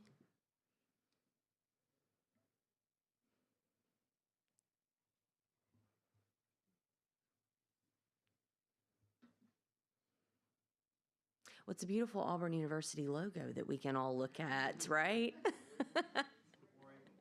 War Eagle to all of those in the room and those online as well.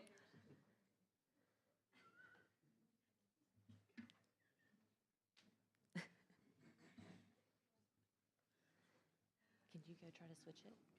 Oh, it went. Yay! Okay, now we can see the slide that I was trying to share with you guys. So we are very excited to share the number of Alabama lives that have been impacted by our education prevention efforts over the first couple of years of our program. Okay, I'm gonna grab my slide just in case I need them.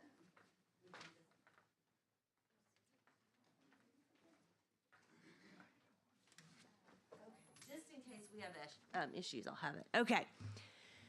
So we have 3 buckets that we have really focused prevention education efforts in across the state of Alabama. So we took what we did in year 1 and we asked for feedback from schools, from students, from parents. You know, what can we do different? What can we do to make this better? So in year 2, we expanded our 5th through 12th grade curriculum, but we also made it customizable. Because every school has different needs. Some schools may have a large chunk of time that they want to, and then others may have small chunks of time kind of throughout a semester that they need to utilize our curriculum in. So we were able to make those customizable changes. And from schools that we have worked with this year, it's gone well. It's met the needs that they have for this program. We also, in year 2, developed the K through 4th grade, and this is also a customizable curriculum. When we were looking at our elementary curriculum, our students in elementary school are very different from our middle school and our high school students. Their needs are different. The school's needs are different. And so how can we develop this curriculum and integrate it into elementary schools without increasing a burden to add another?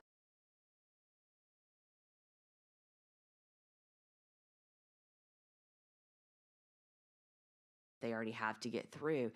And so by doing this, we looked at the education standards that are required for those students. And we've aligned and incorporating our drug education program into those standards. So the teachers aren't doing an additional, but they're accomplishing both at the same time. And we feel that's very important for our schools to be able to get through our curriculum. This curriculum, we have been developing it. It's rolling out in spring semester of this school year. So we're very excited to roll that out. This year, we have educated through live programs in our schools in our K through 12, or really our 5th through 12 still, over 7,500 students in Alabama. We have also collaborated with Price Hornsby's parents. We've had meetings with them. They gave us really good feedback as well, and we are really excited. They are coming in our recording studio next month to do a recording that will be released out to all of our K through 12 students. So very excited to have a partnership with them. Our second bucket is our healthcare professionals. We have, in year one, we offered 9 live events, educating over 1,100 attendees to those healthcare professional meetings. In year two, fiscal year 25, we offered 18 live education events with over 2,500 attendees at those events. We've also collaborated with the Alabama Pharmacy Association, or also known as APA. This is a heavy presence of community pharmacists in our community, and we've gone in to do train-the-trainer programs at their meetings, as well as just overall education on substances of abuse. So we've covered opioids as well as other substances in those education. And the goal of that is to bring more awareness, but also for those pharmacists to be comfortable having these discussions and doing these things in their communities. Our community members are another important piece to our prevention education. In year one, we hosted we participated in 7 live events, educating over 1,300 attendees. And in year two, we increased that to 12 events and over 3,200 attendees. We've also met with Telegraph. I know they presented earlier, and we've had meetings of how do we work together to help each other spread the word about our initiatives and to kind of combine our. And we plan to have more of those meetings as well with them. So these are the things that we've accomplished in year 1 or 2 and the lives that have been impacted in Alabama. For year 3, we want to continue our education efforts across the state. So our year 3 or fiscal year 26 goals, we already have over 6,000 students scheduled for education in our 5th through 12th. We have been, even this week, as of yesterday and this morning, we have more schools reaching out to us, and we're working to get those scheduled as well. Some are repeat schools. Some of our schools that we educated last year are now comfortable to do our online education that we have. And so we're working on continuing to expand those numbers within our schools and expanding our program. We also want to, in year 3, we have our K through 12, but we want to expand that to our college campuses. How can we have easy access and good education for all of the learners that we have in our state? We've also we've begun collaborating with the Alabama Associations of School Boards, going to their regional meetings, meeting with them, sharing what we have to offer and how we can bring that into their school systems and how that can benefit their school systems. We also want to interact with the superintendents, so we're working with the school superintendents of Alabama as well to bring awareness to our program. For our healthcare providers in year 3, we already have 20 events scheduled. These are live events for healthcare providers to continue those education efforts. We also want to develop a specialized certificate program for drugs of abuse and substance use disorders. And this is a more intensive education program that healthcare providers can go through, and then they receive a certificate at the end. So we are educating our healthcare providers, but we want to intensify that for those, especially those that are involved in prevention and treatment. We want to continue to collaborate with our community pharmacies. There are over 1,200 community pharmacies across the state of Alabama, many of which are in rural areas that have limited healthcare resources. So we want to work with our community pharmacists to bring more resources to those communities. We're fortunate we have a relationship with many of the community pharmacies, and so we want to continue to expand the relationship that we already have within that group. We also have established faculty practice sites across the state. The College of Pharmacy has faculty in Huntsville, Tuscaloosa, Birmingham, Montgomery, Auburn, Mobile. And within those faculty practices, many of them are embedded in pharmacy residency programs and medical residency programs. So that is a great opportunity for us to go in and to educate our future pharmacists and our future physicians and catch them while they're still there before they're out in practice, so that when they get into independent practice, they are prepared and ready for their patients. Our community members, we have 17 events scheduled for fiscal year 2026. We want to continue our collaboration with the Alabama School of Alcohol and Other Drug Studies, also known as ASADS. We have presented their programs and want to continue to work with them. The Alabama Alliance for Recovery Residencies, their focus is more on the recovery piece, but what we have found is our efforts really complement each other. So we have attended a number of their programs and presented at their programs, and many of their attendees are in recovery, and they are very interested in bringing more prevention efforts to their communities because they know what they've suffered. They know what the challenges they faced with substance use disorders, and they want to try to prevent that for others. So that's been a great partnership as well. And then continuing to build on our law enforcement partnerships that we have. So in year one, fiscal year 2024, our geographical impact in the state of Alabama, we reached 21 counties, almost a third of the counties. In year two, fiscal year 25, we are over 2/3 of the counties. We've had reaches in 47 of the counties in Alabama. We're very proud of that growth, and we want to continue with that growth. So, of course, in year three, our goal, and we think it's a very attainable goal, is to reach all 67 counties in Alabama. So the final thing I want to mention today is our future goals. The College of Pharmacy is dedicated to continuing to have an area of distinction, an area of focus in substance use disorders and opioids. We have a strong history going back to the 1990s with the opioids, and we want to continue to build on that. So we have our education piece that I have described today. We're going to continue to build, and I presented how we want to do that in year three. We also have our clinical pharmacists. We are clinical drug experts, and we are across the state of Alabama. So we want to continue to build on those services and those programs that we have in place. And then we also have our science research group that are in labs. And that is our drug discovery and development program that we have. We have a number of faculty in those labs.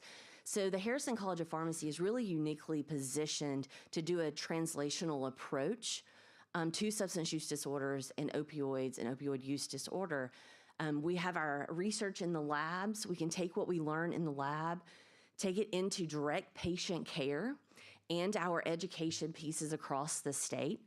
Then we can take what we learn in our education pieces and our direct patient care, the questions, the concerns we have, send it back to the lab to try to find answers to some of those questions. So it really is a good translational approach to prevention of substance use disorders. So that's all I have today. Do you guys have any questions? Any questions from the commission? Well, great work. I'm glad to see your goals in expanding there. I think you're already making a difference that your program and other programs on decreasing the number of prescriptions, so that's good. Did somebody online have a question? Yes, sir, go ahead.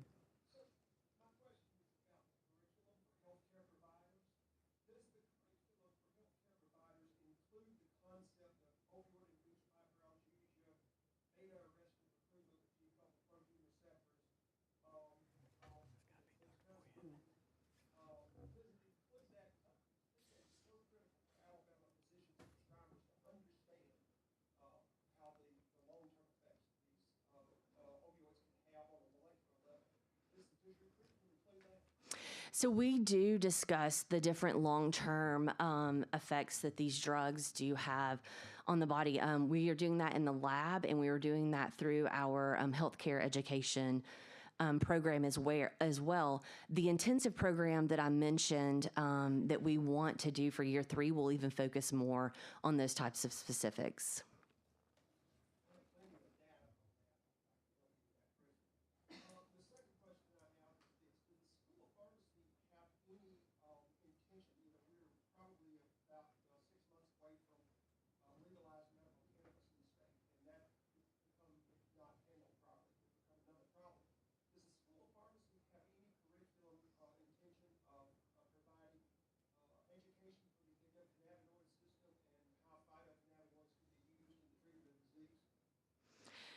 So we do have experts in this area, both in the lab and in patient care. We do have resources available, and we do plan to continue to educate on those, especially as it becomes more available in our state. Yes. Thank you. Thank you, Dr. Boyette. Thank you very much. Appreciate very detailed report. We appreciate that. Thank you. All right, up next in the last program, University of Alabama at Birmingham, Mr. Craig Hosley. Update on the psychiatric residencies.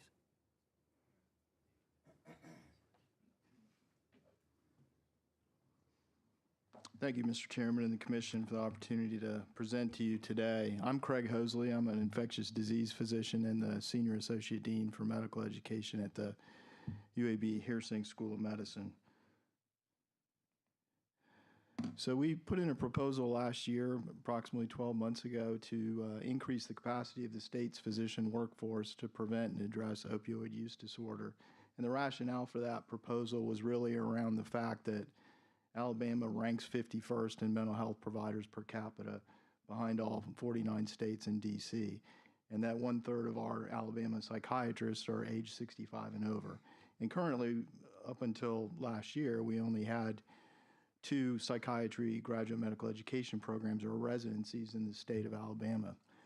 Federally funded graduate medical education or residency positions were capped by the government in 1996, and so in other words, what CMS would pay for relative to GME positions was capped at that time. There has been some opportunities to grow your cap, but anything we add at this point is over the cap, which we are certainly willing to do, and UAB currently has approximately 250 residents over the cap in our residency programs right now. So we thankfully were awarded $1 million in 2024 for new psychiatry residencies and addiction medicine fellowship. And I'm going to update you on our progress with that. So starting with Huntsville, their funding allotment, they received $350,000 last year, and they received the Accreditation Council for Graduate Medical Education, the ACGME, approved a 4-year psychiatry residence in 2023, making them eligible for this funding decision.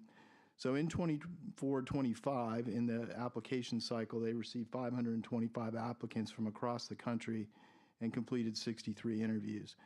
They accepted, as planned, 6 individuals, and 50% of the new interns, the first-year residents in this psychiatry program, started July 1st. They were UAB medical school graduates. And we know that about the strongest by far predictor of where a physician is going to practice is where they do their residency. And that's even heightened if they went to medical school in that same state. So for this cycle, this year, the Huntsville programs received 500 applications to date. Those applications are still coming in right now. And it includes 14 senior UAB medical students as well. They will again select 6 individuals from that pool on March of 2026, and that group will start July 1st, 2026. The other new program, which was approved in 2023 and accepted new residents in 2025, was the Montgomery Residency Program, and you can see their allotment there. They received, this is a smaller proposed program that it hopes to grow. They received 486 applicants and completed 60 interviews. They only plan to accept 3 individuals in that first-year class, and they were able to do that. And one of the 3 was an Alabama College of Osteopathic Medicine graduate. and all 3 of those individuals started on July 1st of this year. To date, the program has received 433 applications. Again, applications still coming in. That's a typo. It's 14 senior UAB students have applied to the Montgomery Psychiatry Residency Program. And 3 individuals will be selected in that pool in March of 26, starting July 1st.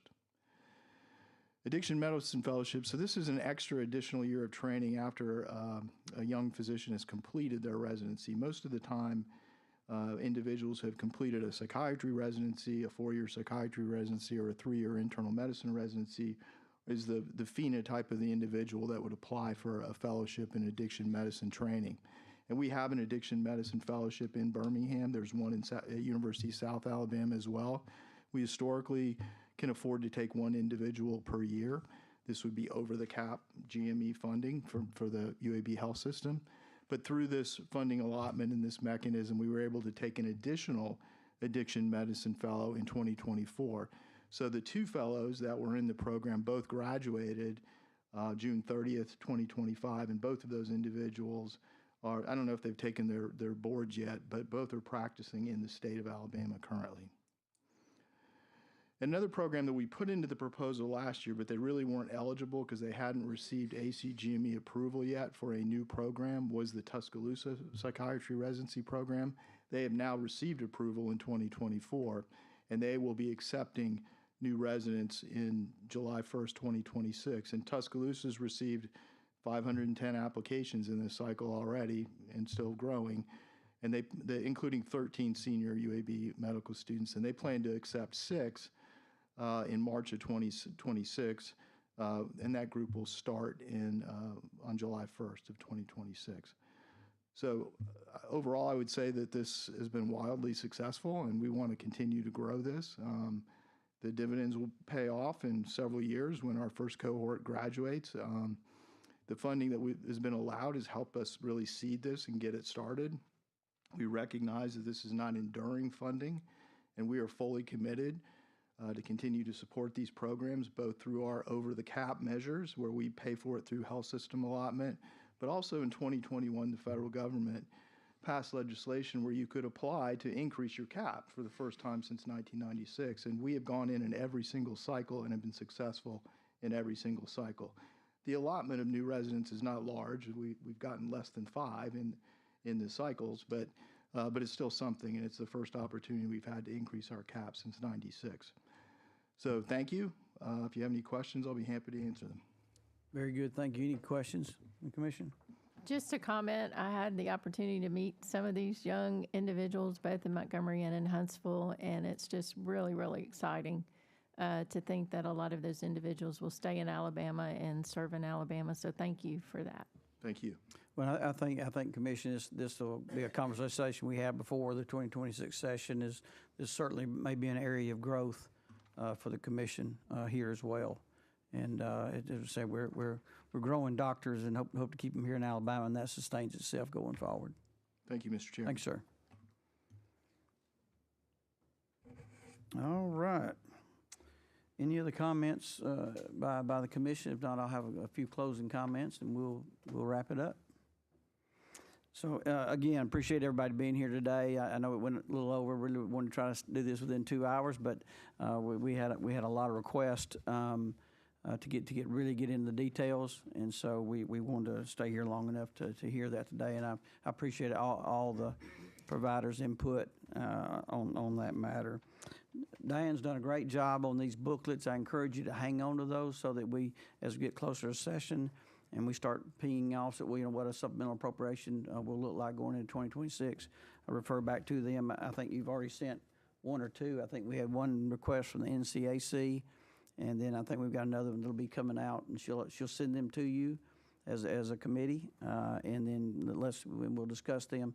Please provide feedback. And we've got a lot of talent, a lot of experience on this commission. And remember that, and I think I've sent it to you a couple of times, just kind of a reminder, the statewide plan, we did that as a resolution instead of a bill because we want to be flexible.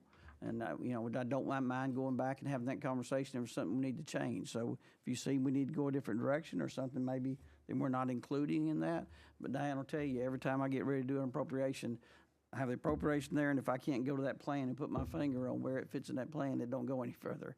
So we take that plan serious, and a lot of that takes in the work that Commissioner, that the Opioid Council began with is included in that. So certainly let's be open about that, because going into the session early this year, I'll begin to start sending out proposals, and then if you've got ideas or thoughts on what you'd like to add, then please send it to us. That way, when we come back together quickly in the 26th session, we'll take a vote on that. Okay, thank you. We are adjourned.